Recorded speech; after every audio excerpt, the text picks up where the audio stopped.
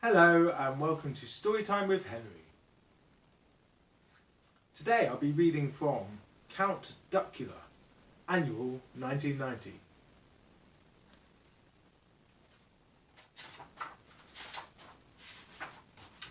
Back to school.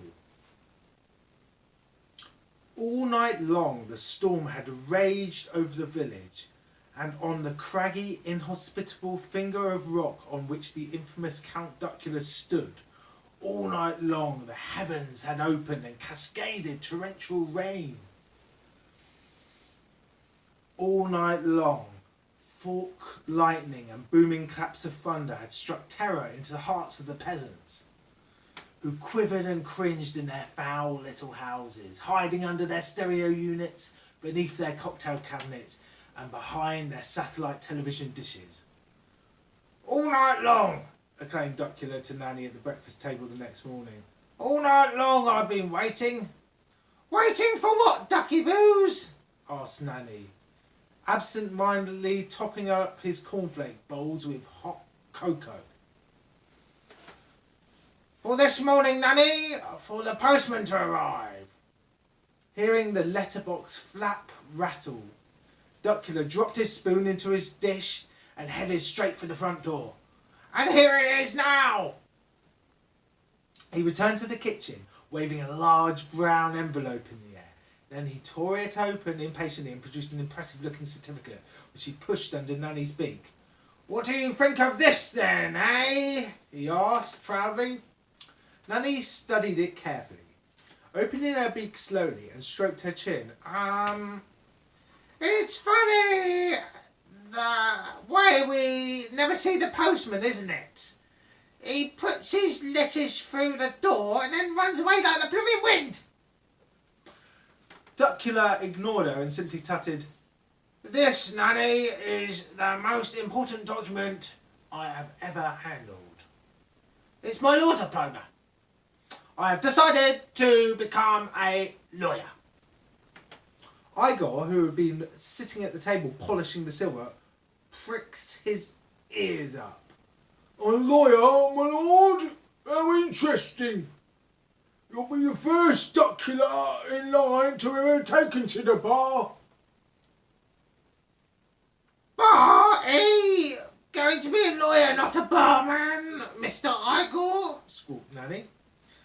Duckula passed the document to Igor. "If you've ever got into legal difficulties, Igor, I'm your man, on very reasonable rates to an old retainer." Igor peered short-sightedly at the wording along the top of the certificate and muttered darkly, "I'm afraid there's been some mistake, sir. I could have sworn you said this was a law diploma." Duckula snatched it back. "That's exactly what it is, Igor. It cost me 200 dakmars. And I'll read it to you. This is to certify that Count Duckula has been awarded a professorship in folklore at the University of Tough Luck." "Exactly my point, sir. It's not folklore, but folklore. The study of traditional behaviour." "Folklore, you say?" Duckula frowned. "What can I do with a professorship in folklore, for Pete's sake?" "You could go into teaching," suggested Igor, and then he immediately wished he hadn't. We now moved to Oxford in England, where among the dreamy spires early morning shoppers noticed that some nightmarish spires had suddenly appeared, for the castle had materialised from one night into the playing field outside the entrance and stood a sign which read, "Transylvanian Academy, now open, Professor C. Duckula." "Hee, Igor, this is going to be a load of fun, my very own school." Duckula chuckled and rubbed his hands. He was sitting at a desk in one of the unused castle rooms, which had quickly transformed into a headmaster's study. "Provided that you have any pupils to teach, sir," replied Igor, dusting thick cobwebs from the desktop. Oh, they'll be fighting to get in, scoffed Duckula. This is Oxford, a centre of learning that's respected the world over. All the kids round here want to go to the university once I finish with them. Or I wonder what you'll make of that school that appears and disappears every day, my lord. Professor, call me Professor, not my lord, ordered Duckula. We have appearances to keep up. Now it's almost 9 o'clock. I'm off to see who's turned up for lessons. Duckula strutted along the corridor and stopped outside the classroom. With the end of his cloak, he polished the frame diploma which now hung on the wall. Then, drawing a deep breath, he swung open the door and marched in. Sploosh! A brown paper bag full of water dropped from above and popped on Duckula's head. Yow! He screamed, and he looked around to see about 20 laughing faces and new pupils. Love the crazy gown! Shouted an unobservant boy on the front row. Huh? Snarled Duckula, trying desperately to compose himself as he shook the water from his beak. Right, good morning, boys and girls. Nice to see you all. I'm Professor Duckula, your new teacher. You've all had a bit of fun now. Now it's time to settle down, do some work. We'll start with history. He began to pace up and down the aisles between the rows of desks. We'll start with William the Conqueror. Who can tell me what he's famous for? He conquered England, piped a girl from the back. He beat King Harold in the Battle of Hastings in 1066 on October 14th, to be exact, added a clever-looking boy with glasses. Yes, quite right, mumbled Duckula, who had thought William was simply a man who collected an impressive collection of conquerors. He didn't notice as he passed among the desks and tested the class with more history questions that the pupils were quietly stapling chocolate wrappers and sweet wrappers to his gown. By the time the lesson was over, Duckula had come to the conclusion that the children knew far more about history than he did. What unnerved him even more than that was the fact that whenever he turned, he could hear paper rustling behind him. The class roared with laughter as he kept twisting around suddenly in an effort to see if someone or something was creeping around him. At last, the morning break bell rang out. In truth, it was Igor who had been instructed to stand behind the door and let an alarm clock ring. Time for your school milk, announced Duckula. Thankfully, if you all line up and...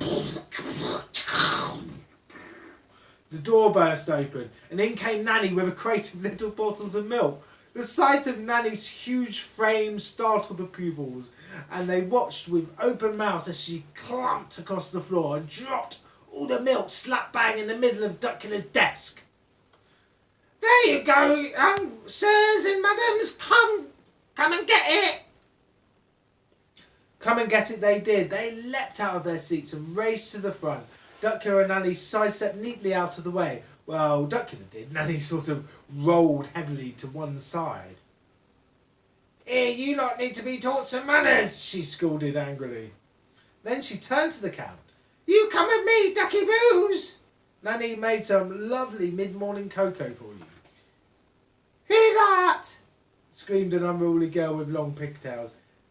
The old girl called him Ducky Boos.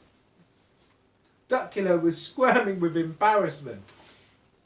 He and Nanny left the room and headed for the study. He was about to tick her off, but then she spoke first. There's an inspector coming round in a bit, Ducky Boos. He's come in to see if we run the school proper. Really? Gulped Duckula. Thanks for the warning, Nanny. I'll be ready for him. Igor rang the alarm clock and the morning lessons resumed. Duckula, now with the toffee papers removed from his gown, strode purposefully into the classroom. This time, those smart aleck brats were not going to get the better of him. His pupils seemed strangely respectful towards him. He sat at his desk and eyed them up suspiciously and glanced upwards to check the ceiling for bags of soot or other fiendish devices. Suddenly he spotted someone new in class, a tubby figure, muffled in a thick coat and scarf. "Who do we have here?" demanded Duckula, sarcastically, rising from his seat and going across to him. "And why are we wearing our coat in school?" he tweaked the victim's ear. "I'll try to take it if you... Quiet, boy!" "You can just keep it on and hope it boils over." Caretaker Igor had just put the central heating on. But... "Quiet, I say!" Duckula smiled. He'd show them. "Everyone, take out your maths books and work out the answer to the questions. Number 1, 12 times 12. Number 2, 25 plus 40.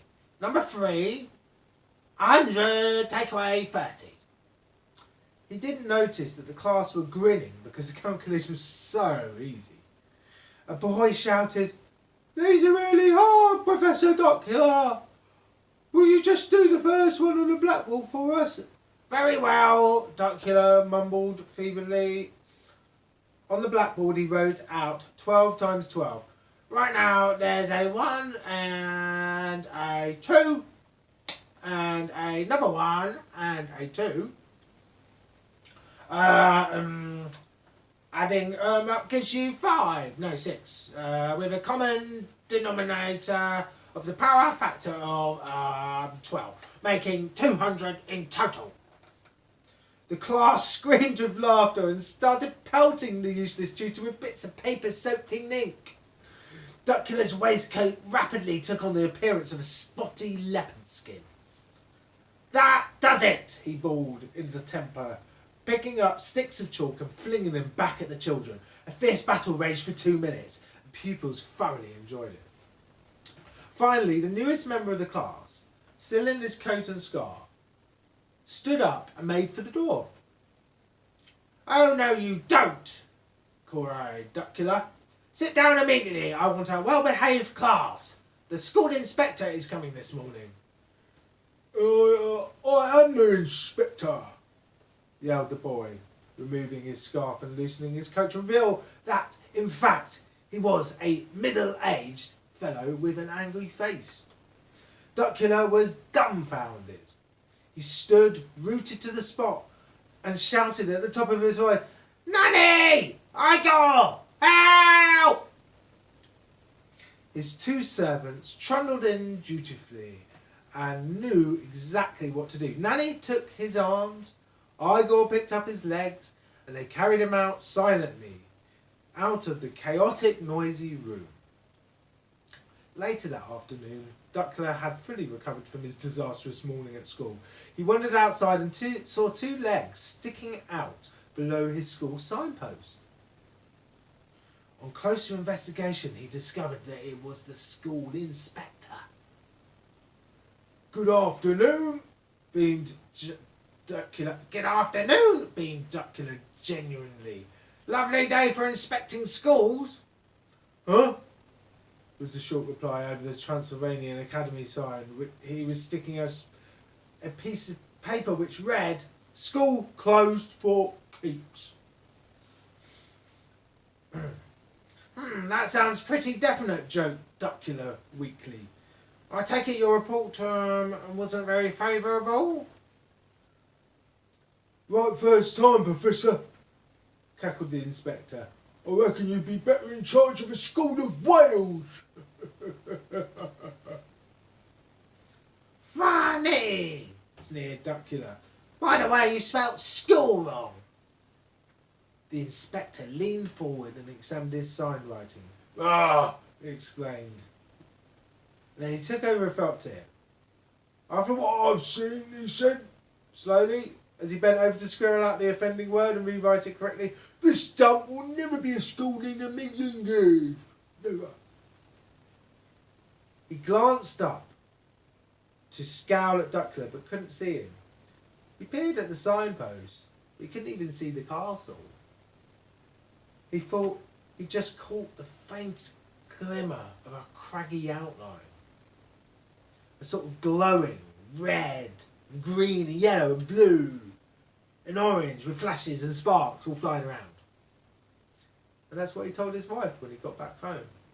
And she gave him an aspirin and a warm drink and put him to bed before calling the doctor. The end.